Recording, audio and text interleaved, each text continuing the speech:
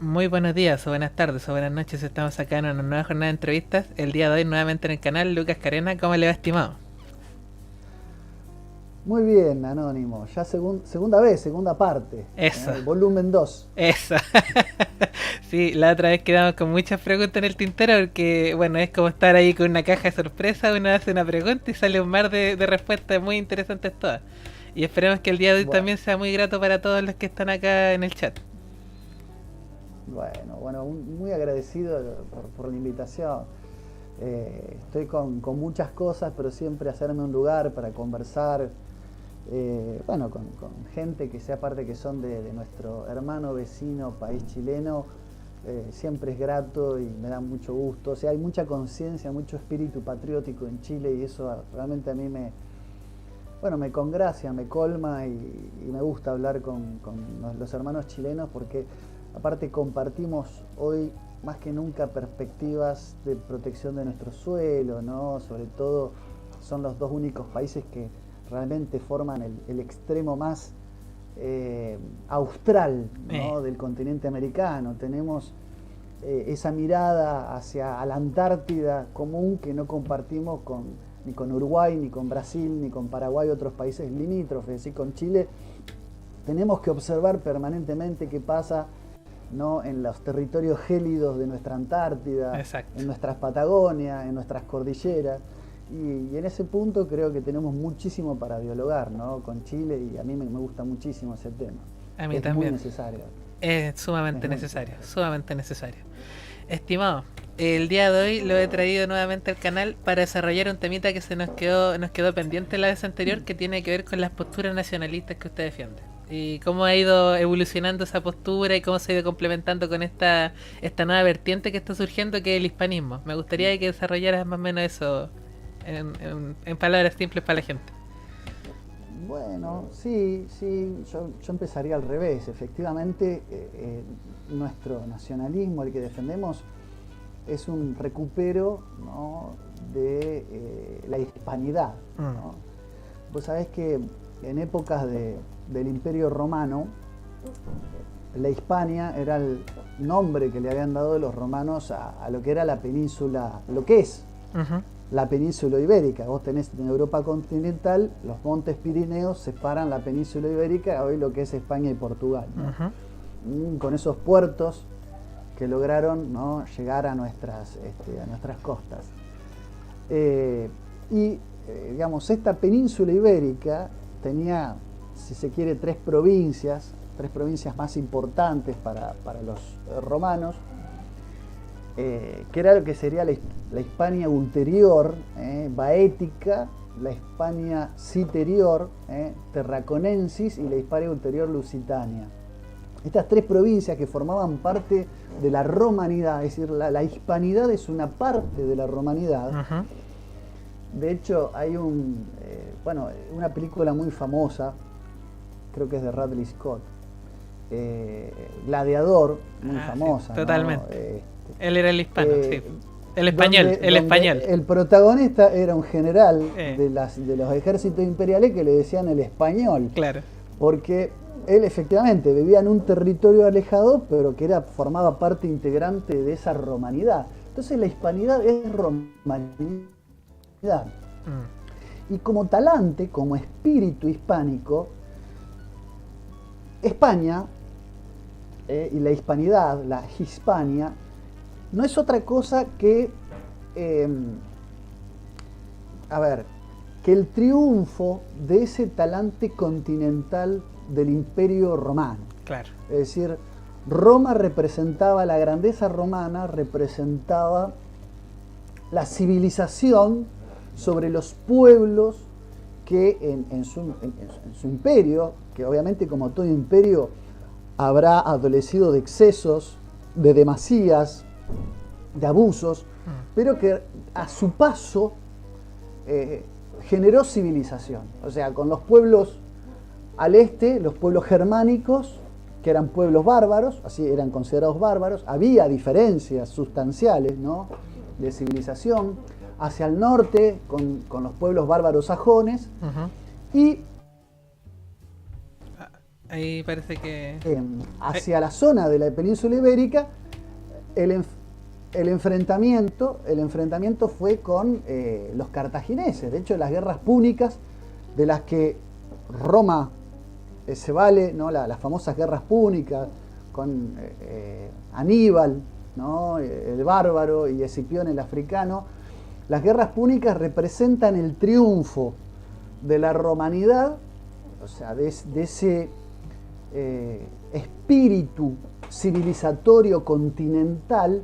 Esto lo explica muy bien Alexander Dugin, ¿no? El continentalismo versus la talasocracia fenicia. Es decir, los fenicios, Cartago representaba a la cultura fenicia, que era una cultura, eran grandes navegantes, eran grandes comerciantes, pero representaba la insularidad, representaba la cultura de la conquista de ultramar. Lo que hoy representa un poco Inglaterra, ¿no? Claro. La talasocracia inglesa representa la piratería, representa el sabotaje. Unos generaban civilización y los otros representaban el tráfico. Era exactamente una cultura predadora. Exactamente. Es una cultura de la depredación. Entonces, es muy importante entender que, de hecho, obviamente, ¿no? Había toda una parte dentro de España que tuvo su influencia, se agregaron la Galicia, la parte gallega, ¿no? Al noroeste de España, que es la influencia celta, y también hubo una provincia que era cartaginensis, que estuvo habitada por fenicios, de hecho ahí tenés Cartagena, claro. Por eso tenés Cartagena, y después ella habló de Cartagena de India, porque Cartagena viene de Cartago. Los fenicios llegaron a tener influencia. De hecho, hay una gran controversia porque la palabra España justamente no es de origen latino. Es una palabra que forma parte, si bien representa la romanidad y representa el triunfo de la idiosincrasia continental romana sobre la idiosincrasia fenicia, navegante y comercial y pirata, digamos, justamente este triunfo se da en esta parte que había sido bautizada con una palabra. Creo que hay un filólogo francés, ¿no? Que en 1674 retomó textos y encontró que tenía que ver con la lengua semítica de origen fenicio que dio lugar al nombre Hispania. Por eso fue en su momento controversial el origen de la palabra España, que no formaba parte de la latinidad que estaba presente en las lenguas romances. Recordemos que las lenguas romances son las lenguas que derivaron del latín clásico que se hablaba en Roma. Claro. Esto como primer término, ¿no?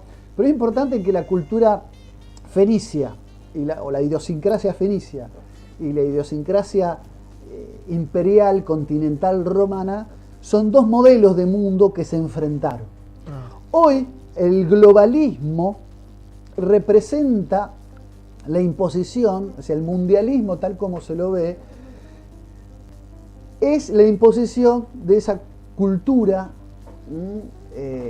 fenicia sobre los rasgos identitarios presentes en la tradición típicamente imperial. Por eso el imperio español, que abarcó la península ibérica, el centro de Europa, después de la conquista, sobre todo con los reyes católicos, a partir de 1492, con América, parte de Norteamérica, la parte suroeste de Norteamérica, todo lo que es el cono sur de Iberoamérica, de ahí que se habla de Hispanoamérica o de Iberoamérica para integrar también a Brasil. A Brasil. Y a Filipinas, también en Extremo Oriente. Ese imperio fue realmente muy, muy importante porque representaba o tenía en él la semilla germinal de toda una idiosincrasia, de un modelo, ¿no?, de civilización. De hecho, es conocido que el famoso Real de 8, el Real de A8, fue la primer moneda de curso legal mundial, o sea, fue la moneda de apogiatura, como hoy es el dólar norteamericano, con el que el comercio mundial se hacía para tener una unidad de referencia, es decir, era la moneda con la cual se comerciaba a nivel internacional. De hecho, cuando Estados Unidos se independiza, esto es un dato muy importante, te lo cuenta Patricio Lons, que es un gran hispanista, amigo mío, argentino él, pero un gran hispanista, con mucha llegada a España. El Real de A8 fue la moneda que usó, por ejemplo, Estados Unidos cuando se independiza en 1776 de Inglaterra. Esa no me la sabía, está bueno el dato. Exacto. Muy bueno el dato.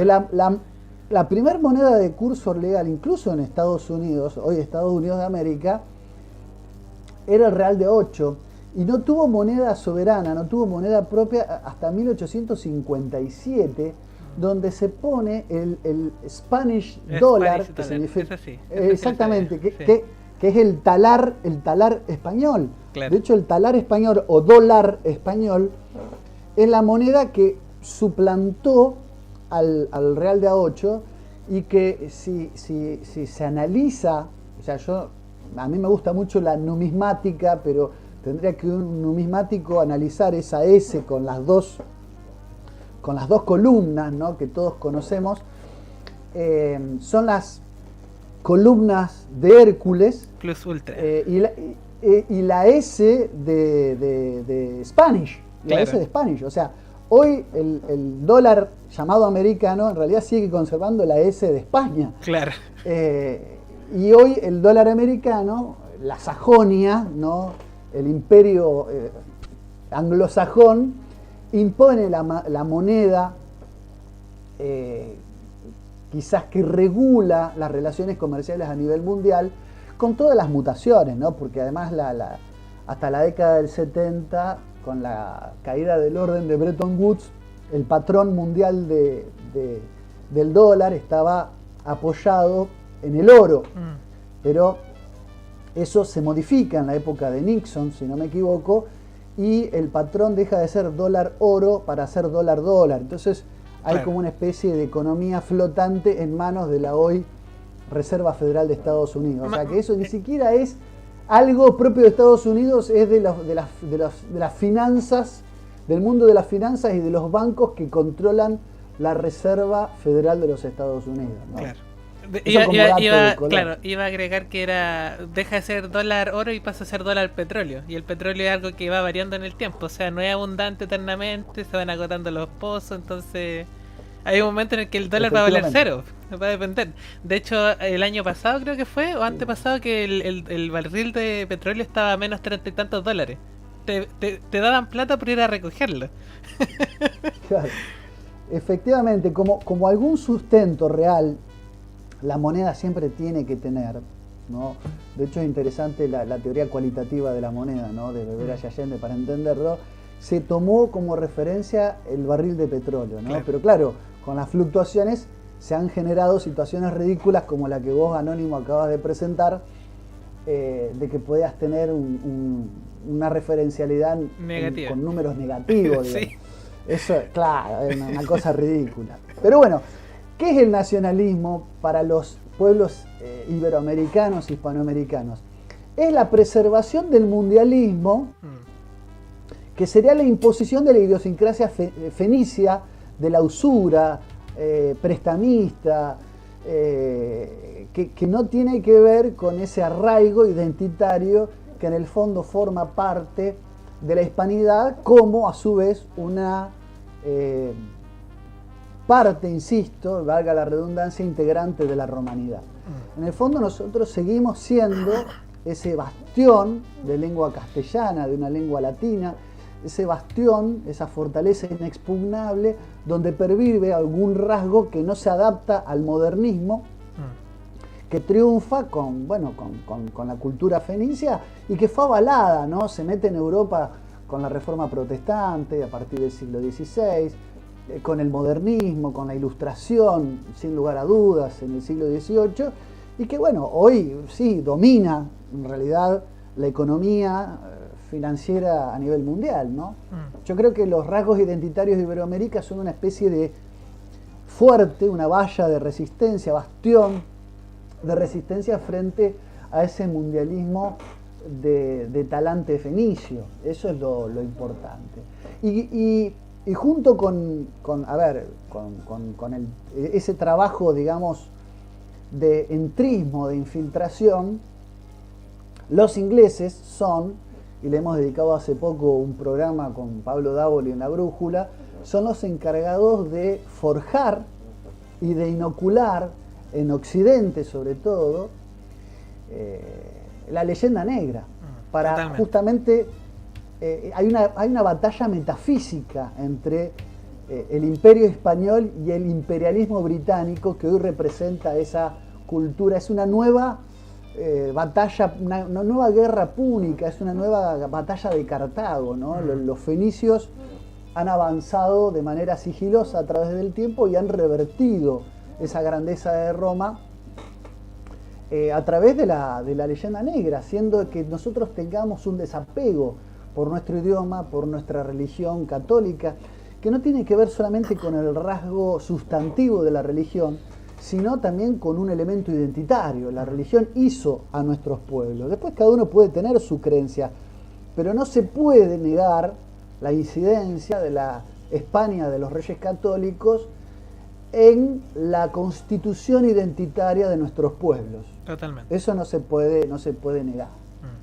Bueno, acá en Hispanoamérica la leyenda negra vino de la mano de lo que fue la conquista, ¿no? Es decir, mostrar que acá vinieron los españoles con un afán de exterminar a la población, y a la que no fue exterminada, inculcarles de manera brutal una nueva religión, nuevos modos de vida, no respetando sus formas de vida, su imago mundi, que en realidad mira, Marcelo Gulo acaba de, un intelectual argentino, a quien tengo en estima, ¿no? En alta estima, acaba de sacar un libro que se llama Madre Patria, desmontando la leyenda negra desde Fray Bartolomé de las Casas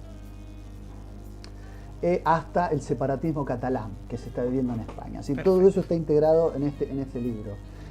Y efectivamente, es decir, él dice que los españoles, mirá la frase fuerte que tira, ¿no? Los españoles no vinieron a conquistar América, vinieron a liberarla. Porque acá lo que había era un connubio de pueblos, no podríamos decir civilizaciones, muy plural, de civilizaciones no, sino de pueblos enfrentados entre sí. Era un pluriverso conflictivo de comunidades que estaban en permanente tensión. Imagínate, Anónimo, que acá había tribus que no conocían la rueda, que practicaban el zoroato, que practicaban el levirato, que tenían con las prácticas más brutales con las mujeres, con los niños. El imperio azteca llegó a sacrificar, según las fuentes, entre 20.000 y 50.000 personas, estirpándoles el corazón vivo para ofrecerlo a los dioses. A ver, tenemos que ser muy cautos con lo que aquí había antes de los españoles. Los indios Wari en Brasil practican, ¿no? el endocanibalismo, que era, digamos, era la creencia de que tenían que comerse a sus miembros cuando fallecían.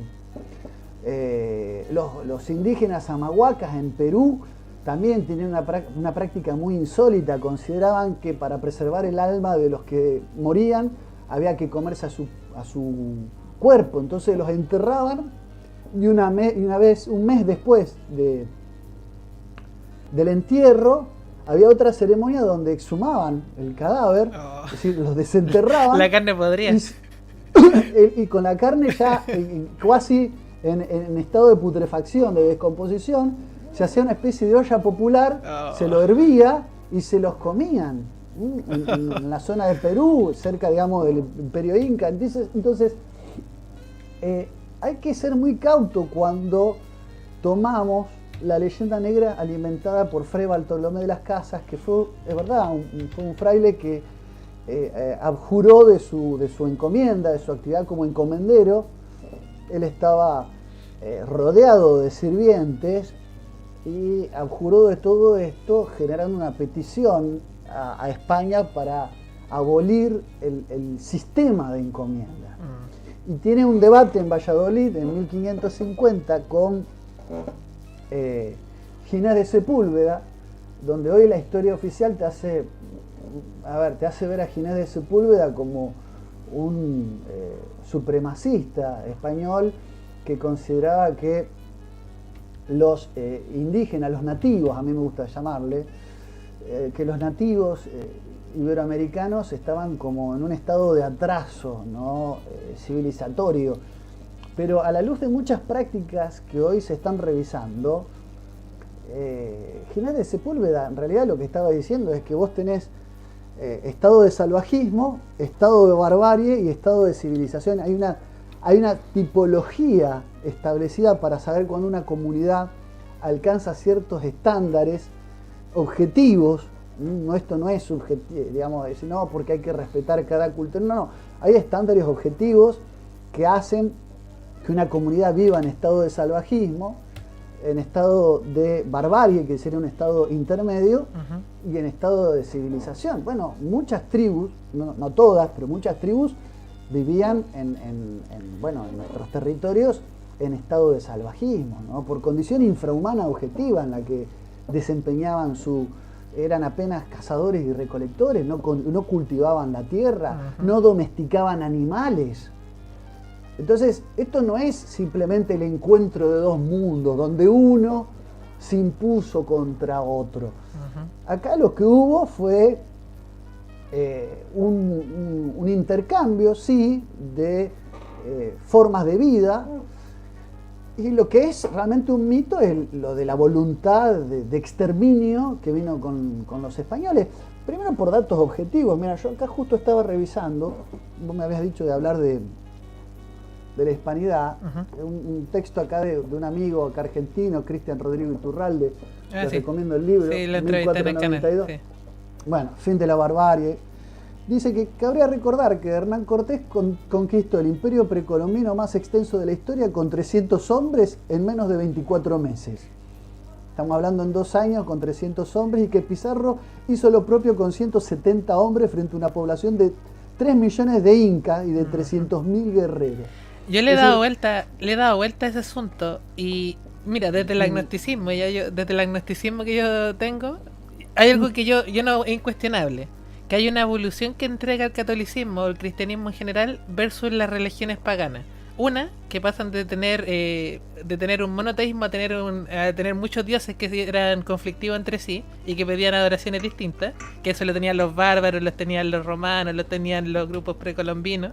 Y la otra es que pasamos de tener dioses que te piden sacrificios de sangre, a tener un dios que sacrificó a tu hijo por ti. O sea, sacrificó a su propio hijo por la humanidad. No te pide un sacrificio a ti como humano, sino que Dios manda a su hijo a sacrificarse.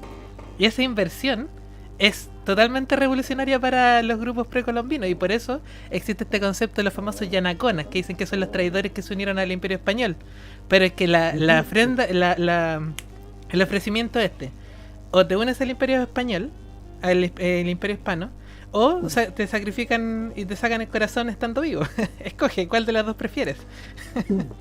Claro, no, es que, mira, te agradezco que lo digas desde tu agnosticismo, el cual por supuesto que respeto, pero precisamente porque no se trata de un mero proselitismo religioso, es que la voluntad idiosincrática española, que venía cargado de los valores cristianos, eso es lo único que hay que decir, con los valores cristianos, no venía a imponer una religión a fuerza de sangre y fuego, sino justamente se caracterizó por el mestizaje, muy contrario a la experiencia colonialista en el norte, Anglo, ¿no? Sí. Anglosajona, exactamente, una modalidad totalmente distinta. Luego que los españoles muchos vinieron para quedarse. Nosotros tuvimos tempranamente a Hernando Arias de Saavedra, más conocido como Hernandarias, como el primer criollo que ocupó un cargo público en nuestros suelos. El mestizaje fue también un propio de ese encuentro de personas que así se consideraban como tales, no como meros animales susceptibles de ser criados y domesticados. Claro. A lo que voy es que la inferioridad numérica de los españoles indica, y esto lo explica muy bien María Elvira Roca Barea, ¿no? Esta autora española que sacó ese famoso libro Imperiofobia, que es uno de los más leídos, ¿no? en este rubro, en esta materia, que le adjudica que hubo muertes masivas, pero que afectaron tanto a indígenas como a españoles, pero justamente como en proporción eran menos, los números se cuantifican de manera significativamente diferente, producto que digamos que los europeos trajeron, pero esto es un acto absolutamente involuntario, enfermedades que acá no eran conocidas y para los cuales los aborígenes nativos no tenían anticuerpos desarrollados. Exacto. De hecho, esto está documentado. Hay también un clérigo español, Fray Bernardino de Sahagún, que cuenta que después de la conquista hubo 3 grandes pestes, ¿no? Una en el año 1520, otra en el año 1545 y otra en el año 1576, que fue universal y donde casi muere el propio sacerdote. Y que esto devastó a 2/3 partes de ciertos territorios poblados, en su mayoría por indígenas, pero estamos lejos, estimado anónimo, sí, anónimo, estamos lejos de decir que esto puede tener que ver con un genocidio, con una política sistemática de exterminio. Como decir que los yanaconas fueron de los primeros en convertirse, en abrazar una religión que consideraron objetivamente superior. Claro. Porque aparte de decir que se impusieron todos a fuerza de, digamos, a punta de bayoneta, es subestimar también al aborigen. Sí, la es subestimarlo, es a priori conceder que eran seres inferiores que no tenían cómo defender su religión o cómo defender su cultura y su tradición.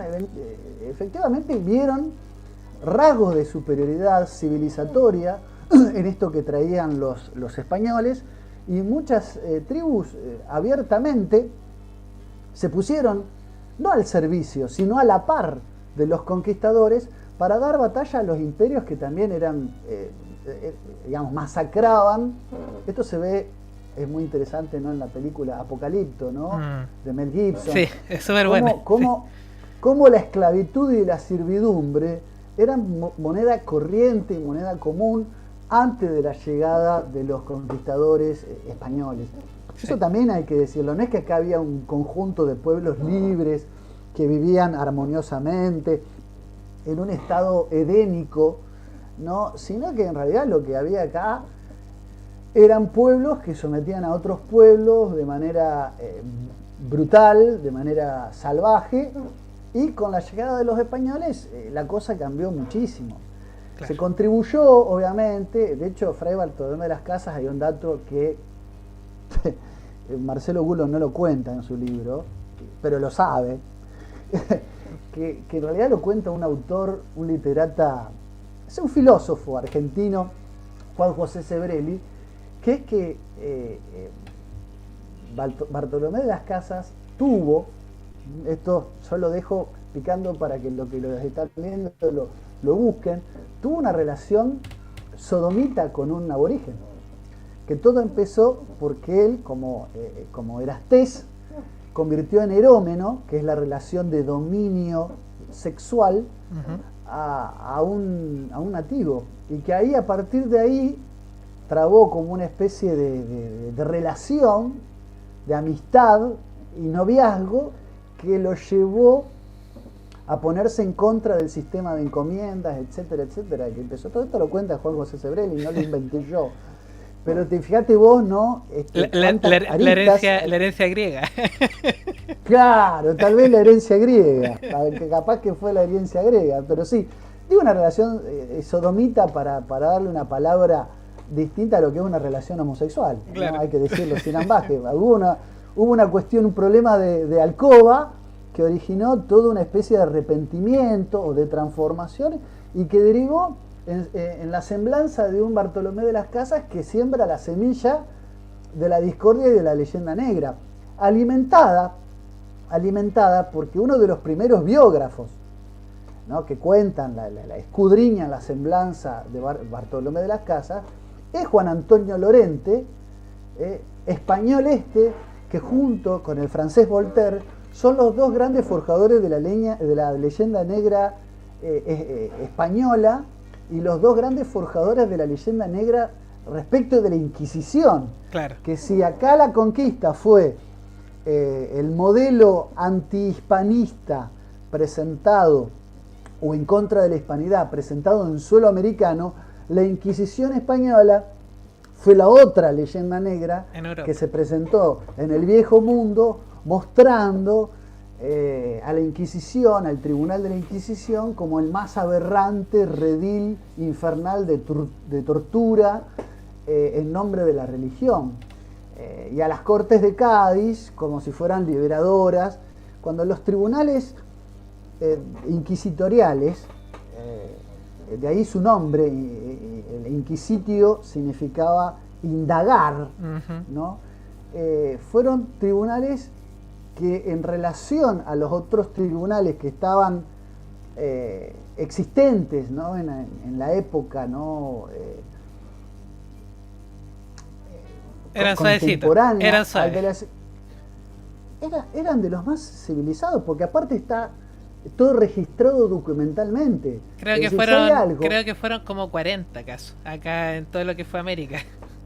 40, o sea...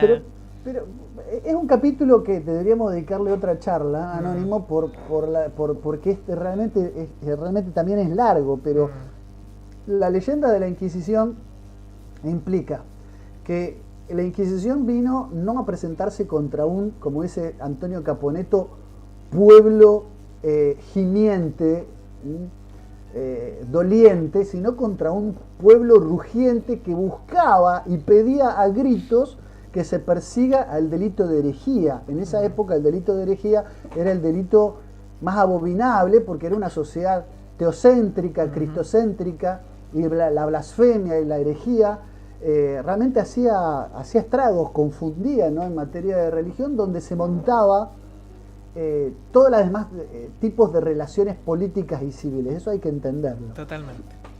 Si lo miramos con el prisma de las épocas actuales, muchísimo más secularizada nuestra forma de ver las cosas, caemos en lo que se llama anacronismo histórico. En esa época, el cristocentrismo medieval, o los resabios, los retazos que aún quedaban de cristocentrismo, hacían que el delito de herejía era el más peligroso de todos, y que para caer en herejía tenías que haber, digamos, confesado tu fe cristiana. O sea, la Inquisición no perseguía a miembros de otras comunidades religiosas. Eso es sí no toleraba las falsas conversiones. Claro. Como en el caso de los marranos, o en el caso de los casos de los marranos eran los judíos. Claro, que decían haberse convertido, pero seguían practicando de manera subrepticia y oculta el judaísmo. O el caso de los moriscos, que es lo mismo, eran personas que practicaban el Islam a escondidas, habiéndose convertido públicamente a la cristiandad. Eso no lo toleraba la Inquisición. Pero es mentira que la Inquisición fue para promover la intolerancia religiosa. Claro. La mayoría de los que pasaron por los tribunales de la Inquisición eran sacerdotes, eran miembros del clero, sí, que mezclaban la enseñanza doctrinaria y canónica con otras enseñanzas que iban en contra de la prédica eclesiástica. Después podemos discutir si está bien o no. Sí, te pero quería no, hacer una sí. acotación ahí justo. Que sin entrar en anacronismo, porque yo creo que una de las cosas más importantes que se dieron en el Imperio Español y que también permitió este sincretismo religioso, ¿cierto? Que se fueran superponiendo las costumbres cristianas sobre las paganas, que eso es lo que hacían, iban reemplazando fiestas paganas por cristianas en en los distintos pueblos. O esto de ir castellanizando, por así decirlo, todas las lenguas que habían acá y perpetuarla en el tiempo, ¿ya? Esas son cosas que se dan de forma natural. Y eso es lo más importante del Imperio Español. El catolicismo estaba acorde al orden natural. Y llevado a la actualidad, si hubiera una inquisición, atacaría o censuraría o castigaría de alguna forma a todos aquellos que están en contra del orden natural, como por ejemplo decir que una persona puede cambiar de especie, de sexo, de edad, de raza, por su autopercepción. Una inquisición actual diría: ¿te arrepientes de tu pecado? De lo que tú estás planteando, de lo que le estás enseñando a los niños, y si esta persona dice no, ya entonces cárcel.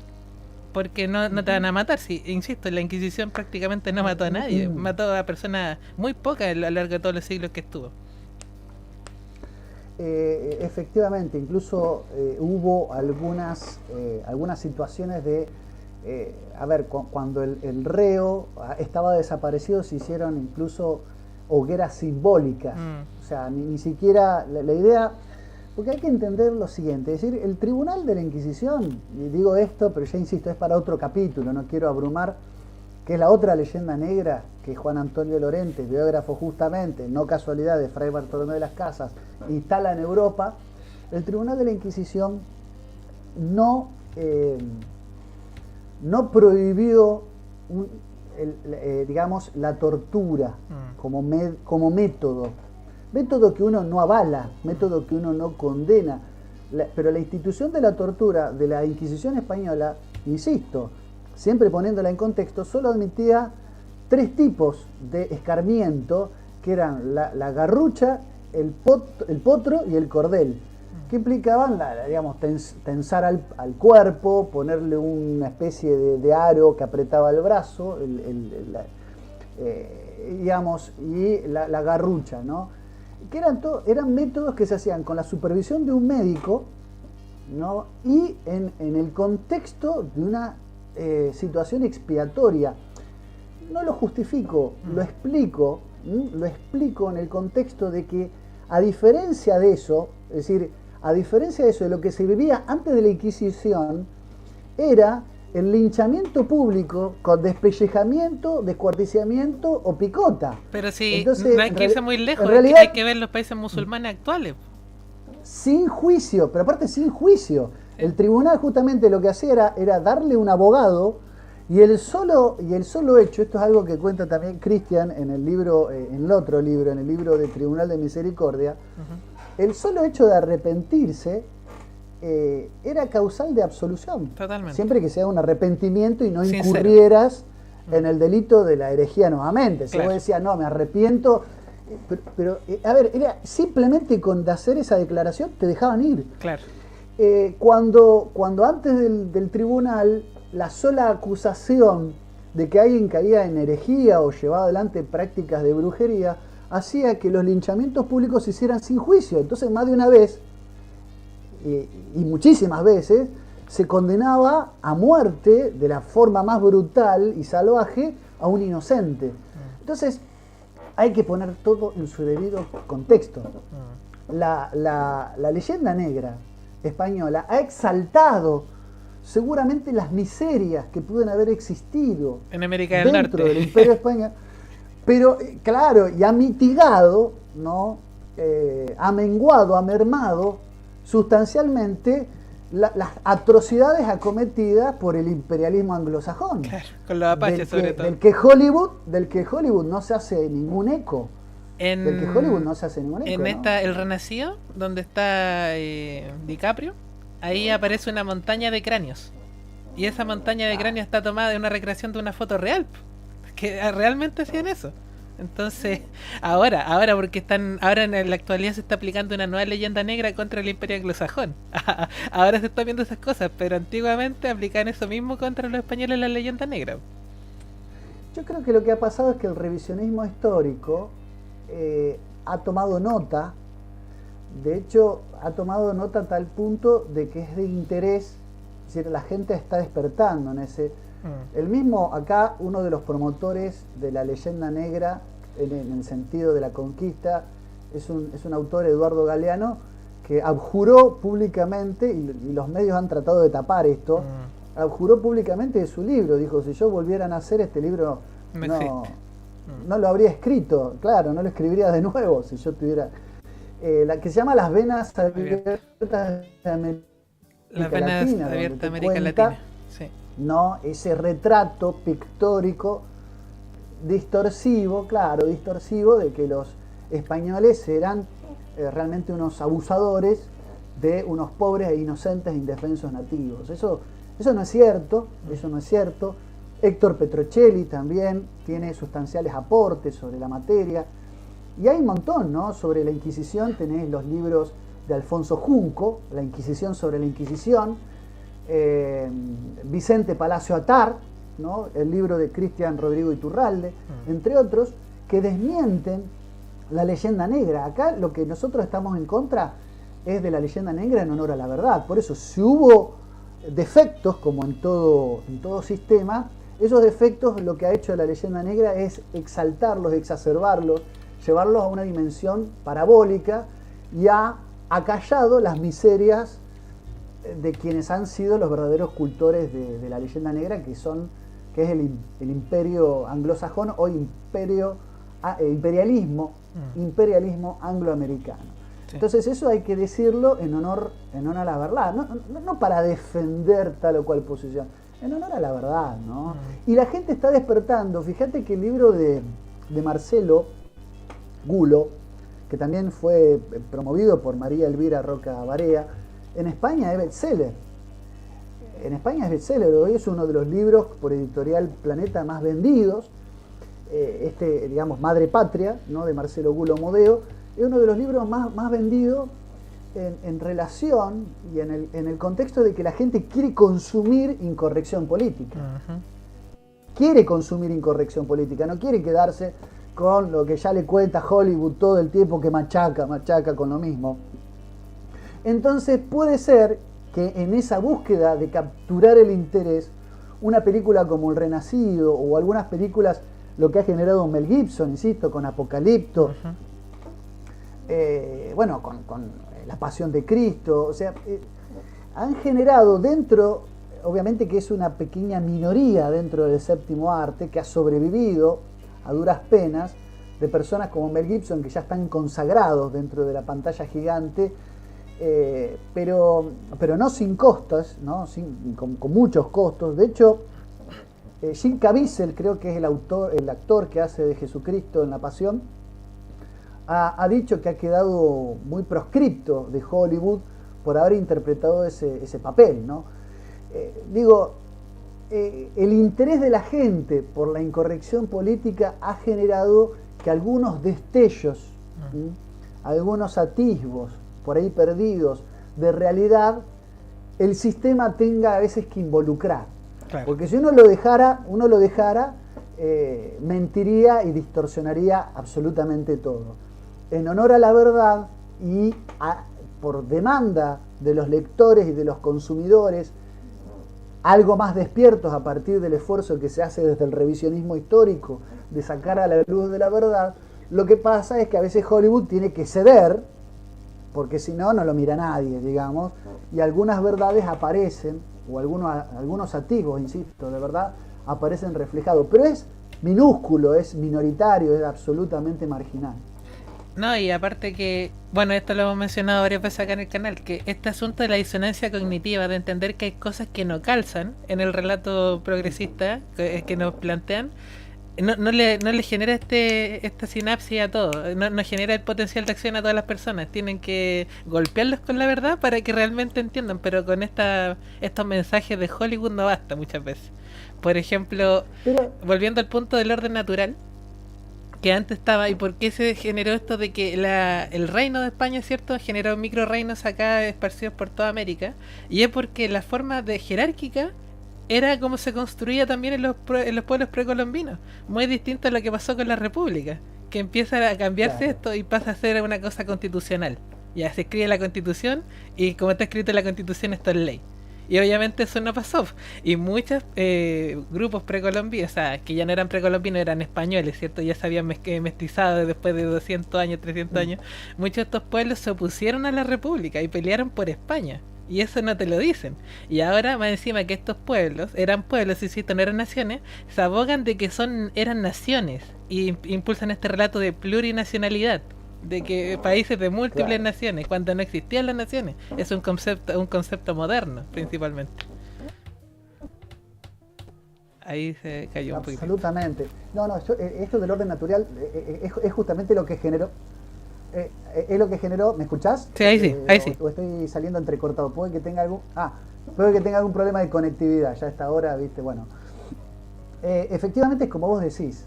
Hay un orden natural que ha tratado de ser vilmente opacado, envilecido por la mentira de la propaganda. Propaganda que, a ver, llega a tener ribetes ridículos, ¿no? Es decir, María Elvira Roca Barea en Imperioforia llega a denunciar un documental, ya no ni de Hollywood hablamos de audiovisuales dentro de lo que es el género documental, que decían que los españoles llegaron a matar 1.500 millones de indígenas, cuando en esa época el planeta no estaba poblado por esa cantidad de personas. Claro, 1.500 millones. Claro, es decir, eran bastante optimistas con la cantidad de personas que había en el planeta. Entonces, creo que esa exageración, insisto, rayante con lo ridículo, es producto de los intentos por arrebatar una identidad. Y esta identidad fue forjada, insisto, no por la mera imposición religiosa, sino porque esa religión estaba basada en un orden natural que los receptores de ese orden natural pudieron comprender, ni siquiera racionalmente. Instintivamente. Empezaron a ver que sus vidas eran mejores. Claro. Eran más pueblos, tribus enteras que habían estado por décadas en guerra, descubrieron la paz, lo que era vivir en paz.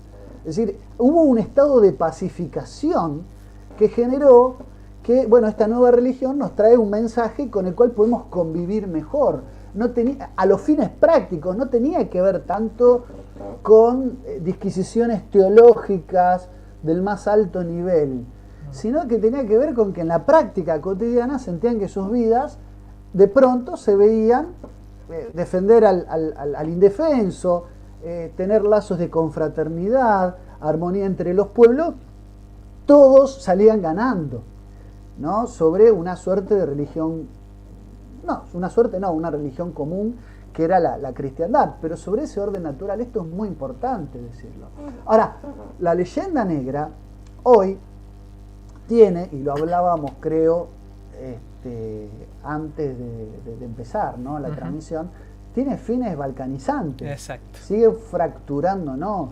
Nosotros con Chile tenemos la cuestión, no del fenómeno en el sur argentino, del fenómeno mapuche, que yo te contaba que, por lo menos de acuerdo a los autores que yo he leído, entre ellos está Roberto Edelmiro Porcel, que escribió un libro muy interesante. Fue en realidad una carta de lectores que escribe, es un profesor, si no me equivoco, que escribe una carta de lectores en el diario La Nación, de Argentina, ¿no? En el diario La Nación escribe una carta de lectores que luego se convirtió en un pequeño ensayo que se llama La araucanización de nuestras pampas, donde dice que en realidad nativos que venían de la región de la Araucanía, entre los ríos Itata y Tolten, hoy lo que es Chile, llegaron a nuestros suelos reclamando, ¿no?, y asentándose en una zona que está habitada por tehuelches y pehuenches. De hecho, la palabra mapuche es una palabra, fíjate que suena muy parecido, tehuelche, pehuenche, mapuche, es decir, es la forma con la que los tehuelches llamaban a las tribus de habla o de dialecto Mapadungun, que de ahí viene la palabra mapuche. Los mapuches eran los que hablaban en Mapadungun, que son los indios araucanos o la Araucania. Después se estableció una especie de consenso de que araucanos son la denominación que los españoles le daban, pero mapuche es la denominación autóctona originaria, por lo cual hay que ser respetuosos y hay que decirle mapuche. Independientemente de la procedencia, lo que dice Roberto Delmiro Porcel es que esto sucedió, que además los mapuches exterminaron a gran parte de los tehuelches y de los pehuenches. Eran invasores, Bueno, se dio en la década de 1830, sí. Con lo cual hacía ya algunos años que la Argentina era independiente, por lo cual podría jurídicamente podría caberles el título de invasores. O sea, porque si esto sucedió después de que una nación es independiente, todo lo que venga de afuera y se asiente en un lugar les daba el título de invasores. Ahora, no importa esta disquisición, porque podemos decir que no podemos utilizar las categorías modernas, territoriales, para hablar de pueblos que consideraban sagrados a sus ríos, o que consideraban sagrados a los vientos. Entonces, digamos, haciendo esta concesión, la verdad es que hoy la Mapuche International Link, el Mapuche International Link, que es el enlace Mapuche Internacional, tiene sede en la calle de la Logia número 6 en Bristol, Inglaterra. Sí. Y cuando vos entras en la página, te vas a encontrar con que todo el comité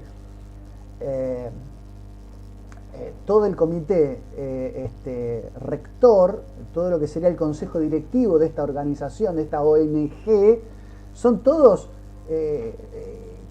sajones, ¿no? Con nombres prácticamente de la nobleza inglesa, o sea, no es que tenés mapuche. Y bueno, y acá ya está el proyecto, ¿no? de generar una nueva nación, con la bandera del Huipala, una bandera multicolor, como todas las banderas que van en contra de las banderas de las naciones, una bandera que no es ni la bandera de Chile ni la bandera de Argentina, es una bandera originaria, y la posibilidad de fracturar en dos, ¿no?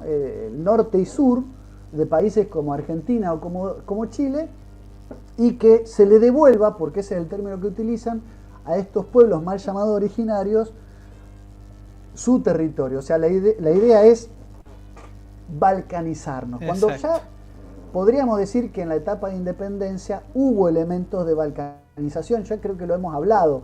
La geografía de Argentina y de Chile es una geografía ajustada a la imposibilidad de que ninguno de los dos países tenga salida bioceánica. Si vos te pones a pensar, Anónimo, la geografía de Argentina y de Chile está pensada para que ninguno de los dos países tenga salida a los dos mares. Esto sería geoestratégicamente importante.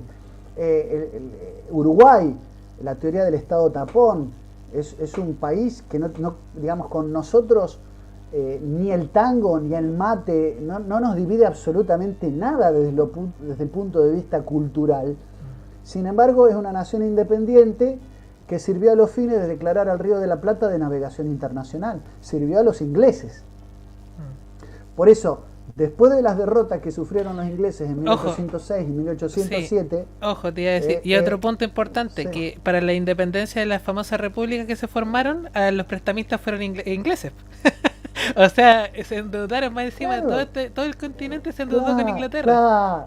Claro. Yo no soy partidario de con esto, soy muy cuidadoso porque acá hubo, porque la fácil es caer en el extremismo hispanista de decir que claro, que O'Higgins, San Martín eran agentes británicos que servían a la corona británica y a la masonería, y Simón Bolívar también. O sea, eso a mí me parece un extremo.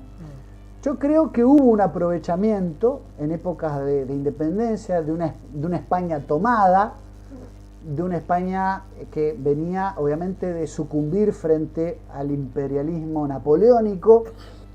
Hubo una embestida a principios del siglo XIX para generar las reacciones de independencia, pero de una España borbonizada, no era la España de los Austrias. Claro, no hay no que idealizarlo, claro. Exactamente, no era la España de los Habsburgo. Marcelo Gulo dice que incluso había más elementos hispanistas de este lado del Atlántico, claro, que en el viejo mundo, sí, sí, cuando nos independizamos. De hecho, todavía. Hay un libro, bueno, hay un libro muy interesante de Armando Tonelli que se llama San Martín y la masonería, donde él demuestra de manera, a mi criterio, muy documentada, que ni el general San Martín ni la logia Lautaro, que fue la que impulsó la revolución de independencia, tenían vínculo con la masonería. Incluso busca los boletines masónicos de la época y no encuentra que esté mencionada ninguna la logia Lautaro. En realidad, a lo que voy es que San Martín tenía, y esto es lo que intenta demostrar Tonelli, vínculos con la Iglesia Católica, con sacerdotes y demás, y que él llevó adelante de buena fe una campaña de independencia para los pueblos americanos. Es una discusión abierta, me parece loable que se debata. A lo que voy es que en ningún caso podemos decir que los rasgos hispánicos y católicos son invasivos, sino promotores y creadores de nuestra identidad como pueblo. Sí. Nosotros no podemos decir que no somos hijos de la hispanidad. Totalmente. Nosotros somos hijos de la cruz y de la espada. Totalmente. No, lo que te iba a comentar yo es que sin entrar en anacronismo, porque son tiempos distintos, yo creo que los ilustrados de su tiempo son los intelectuales de la época y que están tratando de impulsar lo mismo, que es la balcanización, como tú bien dices, de dividir el poder para entregárselo a otra persona. En este caso puede ser China, puede ser ni siquiera ya China. Yo creo que ya trascendimos de los países como lideradores del mundo, sino que megacorporaciones asociadas a la ONU, que yo creo que eso es mucho más fácil porque ahí nadie se hace responsable. Hay personas puestas a dedo que no tienen que rendir cuenta a nadie, se mantienen perpetuamente, incluso igual que las megacorporaciones, y se acaparan el poder completo. Y hay, insisto, hay intelectuales abogando por la desintegración de los países para estar a merced de esto. De la misma forma que hubo ilustrados que se infiltraron en distintos países de América para impulsar un relato anti-español. Yo creo que hay un símil ahí, totalmente ahí. El interés de destruir un imperio, más o menos eso. Bueno, vos fijate que en Inglaterra, con Isabel I, la consolidación del anglicanismo, aparece la imagen de un inglés, John Dee, que justamente forma una red de intelectuales, es el creador de los servicios de inteligencia británicos, y justo con la creación de los servicios de inteligencia aparece llamativamente, coincidentemente con aquellas épocas, la leyenda negra española, es decir, intelectuales, fíjate vos, qué triángulo, intelectuales, servicios de inteligencia, leyenda negra, ¿no? Y bueno, efectivamente, yo creo que sí, que los intelectuales son un poco los que escriben la historia. Nosotros acá tenemos la historia oficial de Bartolomé Mitre, ¿no? Que también demoniza a Juan Manuel de Rosas, que escribe una historia absolutamente unitaria, una concepción absolutamente unitaria de la historia. Mitre, Sarmiento, Avellaneda, las presidencias que acá modernizaron nuestros suelos, eran todos anglófilos, ¿no? Y norteamericanistas. Sí. Entonces, claro, de hecho, civilización o barbarie, el bárbaro era el gaucho, bárbaro era Facundo Quiroga, eran nuestros caudillos federales. Ese era el concepto de barbarie que se forjó y que va acompasado de lo que es la construcción de una leyenda negra. Nosotros somos, insisto, nosotros no éramos, como dice Patricio Lons, no éramos de España, nosotros éramos España. Sí. Y eso hay que entenderlo y defenderlo. Y en eso está forjada nuestra identidad nacional. Por eso nuestro nacionalismo no es el nacionalismo exacto, moderno, propio de las reformas protestantes, donde había una religión nacional en contra de Roma. Nuestro nacionalismo representa todo lo contrario, representa la idiosincrasia continental del Imperio Romano, representa la hispanidad católica, en tanto, insisto, religión coincidente con el orden natural, y representa sobre todo un talante, un espíritu trascendente, metafísico, donde todo está absolutamente concatenado: etnia, suelo, idioma, religión. Esa identidad se forjó sobre la base de nuestros pueblos, que defendimos esa hispanidad y que lo tendremos que seguir haciendo. Hoy, patria versus globalización como verdadero antagonismo de nuestro mundo contemporáneo, en realidad es defender la hispanidad. Esto de ser nacionalista, anti-hispanista en nuestro suelo es realmente una contradicción interna. Sí, sí, absolutamente. Sí. Y volvemos al punto que mencionaste la vez anterior que estuviste en el canal. Conócete a ti mismo y dominarás todo, ¿cierto? Al final eso es lo más importante. Ahora en este mundo posmo, en el cual las identidades están disueltas, está todo líquido, por eso la gente regresa al hispanismo, porque es la identidad de donde surgimos nosotros. ¿Por qué nosotros hablamos como hablamos? ¿Por qué estamos entendiéndonos a pesar de que estamos en países distintos también? ¿Por qué tenemos costumbres similares? ¿Por qué nuestra estructura familiar es similar? Insisto, orden natural. Y un regalito que te quiero hacer, porque yo estoy seguro que te va a interesar. Me he fijado, yo te sigo hace mucho tiempo, te lo dije la vez anterior. Yo te creo como el representante de los nacionalistas en Argentina, ¿ya? Yo te veo como una figura súper potente del nacionalismo. A Laje lo veo como una figura potente del conservadurismo y a Milei como una figura importante del libertarianismo. Y yo creo que las tres tienen en común que cuando, por ejemplo, el libertario se vuelve paleolibertario, tiene afín a la monarquía. Un ejemplo, Miguel Ancho Bastos. Por tanto, apela al orden natural. El conservador es católico, por tanto, apela al orden natural. Y el nacionalista hispanista también aboga al orden natural. Entonces, si volvemos al orden natural, las derechas pueden unirse en una y formar un relato potente o un contraincurso potente a todo el relato posmo zurdo. No sé si te sirve ese datillo. Bueno, sí, te agradezco esta referencialidad inmerecida. Yo creo que en Argentina hay grandes nacionalistas que deberían merecer mucho antes que yo ese lugar que vos gentilmente y bueno, con mucha caballerosidad me otorgás. Yo creo que hay otros referentes que tienen más trayecto recorrido, pero bueno, yo no niego, digamos, que me identifiquen con algo con lo que quiero ser identificado, que es con la bandera de lo nacional. Nos une de alguna manera con estas personas que vos nombrás, cierta lucha contra una socialdemocracia progresista, globalista. Exacto. Eso es cierto, nos une eso.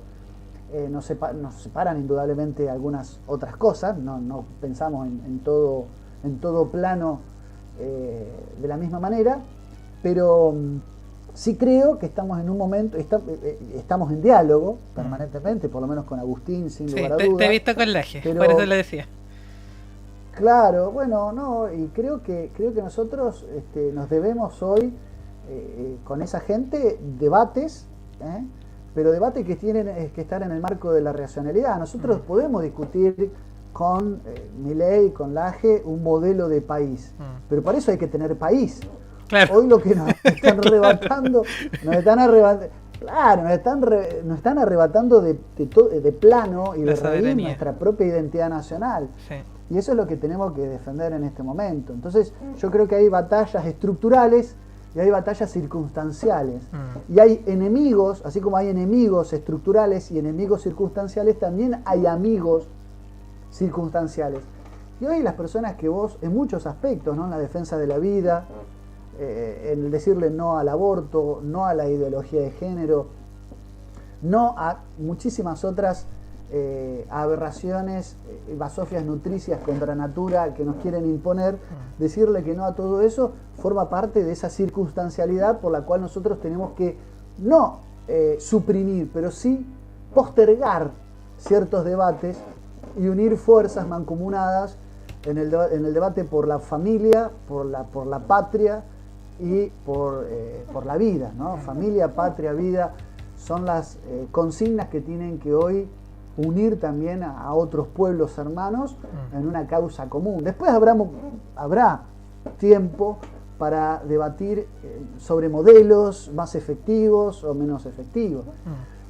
Eso es algo, indudablemente, una tarea pendiente, pero tenemos que ser inteligentes en esta batalla porque si no nos van a balcanizar ideológicamente como ya lo están haciendo territorialmente. Totalmente. Eso sí, no sé si ya has hablado con él, me imagino que sí, o si no, te lo digo para que lo busques.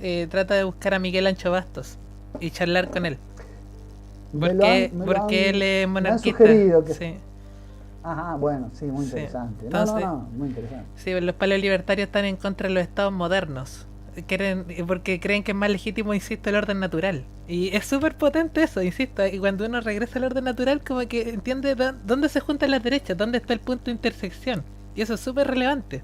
Porque remando todo separado no funciona. Tienen que unirse las fuerzas porque si no la izquierda arrasa con todo. Ellos usan un sistema gramsciano, ¿cierto? Que es horizontal y van como una marea arrasando contra un solo objetivo, que es el famoso neoliberalismo, ¿cierto? Que tratan de destruir a como sea, aunque sean ellos mismos. En fin. Sí, exactamente. No, yo,